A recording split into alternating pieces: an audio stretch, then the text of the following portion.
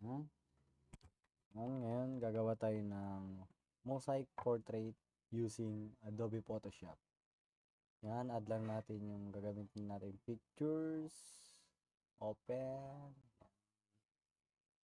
Tapos, nagagawa natin ng parang collage.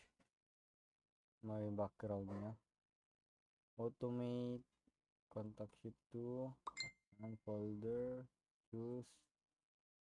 Yan. Okay. Yan, okay lang natin.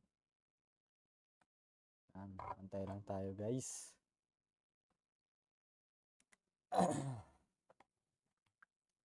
Record ba?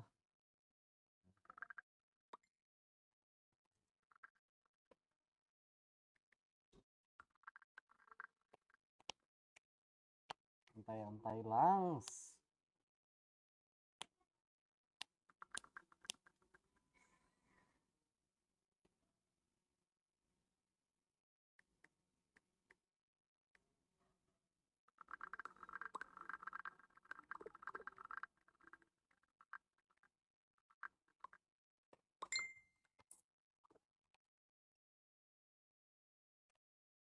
Waiting.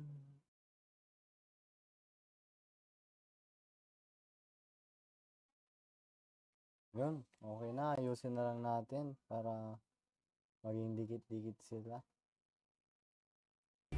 Good afternoon everyone, and then pagtapos natin gagawin yan is punta lang tayo ng natapos na natin siyang gawin, and punta lang tayo ng edit, tapos hanapin natin yung pattern. Ito, define pattern, and then yung group namin, which is group number 5. And then ang gagawin lang natin dyan is punta lang tayo dito and pattern, hanap lang tayo ng pattern or yung i-ano natin sa kanya, and eto ang napili natin. Then pwede mo siyang bawasan. Ang gusto ko is 50, marami na yan, 50. And okay, tapos hanapin lang natin yung overlay. Then pag na-overlay na, punta lang tayo sa background. Then para ma-edit natin yung mga kanya, punta lang tayo ng convert to smart, then image adjustment, then shadows and highlight. Then pwede na tayo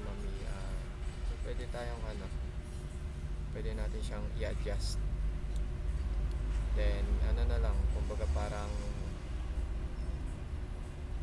kung na lang, parang experiment nyo na lang kung ilan ang gusto nyo or ang nyo. Yan, mga ganyan, kayo na bahala kung paano nyo siya pagagandahin. So yun lang po, and thank you. Yan na po siya.